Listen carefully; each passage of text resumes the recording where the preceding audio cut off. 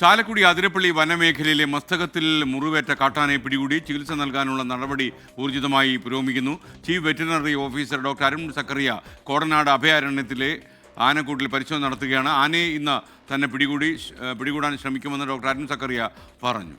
ഇന്ന് നമ്മൾ പിടിക്കാനുള്ള പോസിബിലിറ്റി നോക്കുകയാണ്. അപ്പോൾ നമുക്കൊരു കൂടുണ്ട്, ആനക്കൂടുണ്ട്. അത് നമ്മളൊരു 1.5 വർഷം മുമ്പ് ഉണ്ടാക്കിയതാണ്. അത് എങ്ങനെയാണ് അതിൻ്റെ കണ്ടീഷൻ നോക്കണം, അതിന് മെയിൻ്റെനൻസ് വേണം നോക്കണം. അതിനനുസരിച്ച് അത് ചെയ്യും. അത് കഴിഞ്ഞിട്ട് ആനയൊന്ന് ഇൻസ്പെക്ട് ചെയ്യണം. ആനയ്ക്ക് വീക്കാണെന്ന് പറയുന്നു. സോ അതിൻ്റെ പോസിബിലിറ്റി എങ്ങനെയാണ് മയക്കുവെടി വെക്കാൻ പറ്റുമോ എന്നുള്ളത് നോക്കണം. അത് കഴിഞ്ഞ് മീറ്റിംഗ് ഉണ്ട്.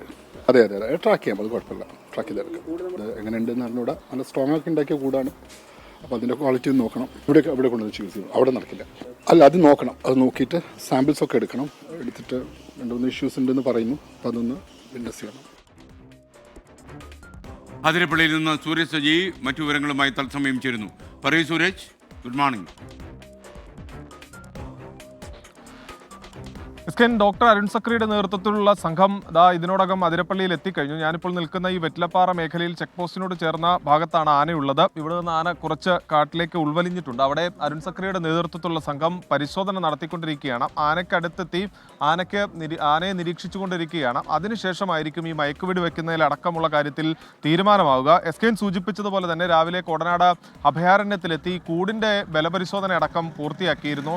JCB ഉപയോഗിച്ച് ഈ കൂടിൻ്റെ ഓരോ തൂണുകളും ഇളക്കി നോക്കിയാണ് ഇത് എത്രത്തോളം ബലമുണ്ട്, JCB ഉപയോഗിച്ച് തട്ടി നോക്കിയാണ് അതിൻ്റെ ബലപരിശോധന അടക്കം പൂർത്തിയാക്കിയത്. അതിനുശേഷമാണ് അരുൺ സക്രിയയും വാഴച്ചാൽ DFO R ലക്ഷ്മിയും അടക്കമുള്ള സംഘം ഇവിടേക്ക് എത്തിയത്. അതിനുശേഷം ഈ അരുൺ സക്രിയുടെ നേതൃത്വത്തിലുള്ള വെറ്റിനറി ഡോക്ടർമാരുടെയും ഉദ്യോഗസ്ഥരുടെയും സംഘം ഇതിനോടകം ദൃശ്യത്തിൽ കാണുന്ന ചെക്ക് പോസ്റ്റിനപ്പുറത്താണ് ആനയുള്ളത്. ആ മേഖലയിലേക്ക് പോയിട്ടുണ്ട്. ആനയെ നിരീക്ഷിച്ചു വരികയാണ്.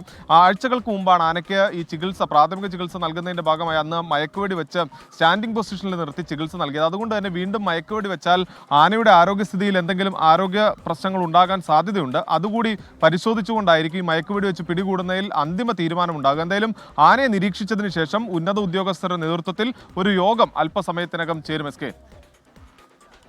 Thank you. അതിരപ്പള്ളിയിൽ നിന്ന് സൂരജ് സജിയാണ് വിവരങ്ങൾ നൽകിയത്.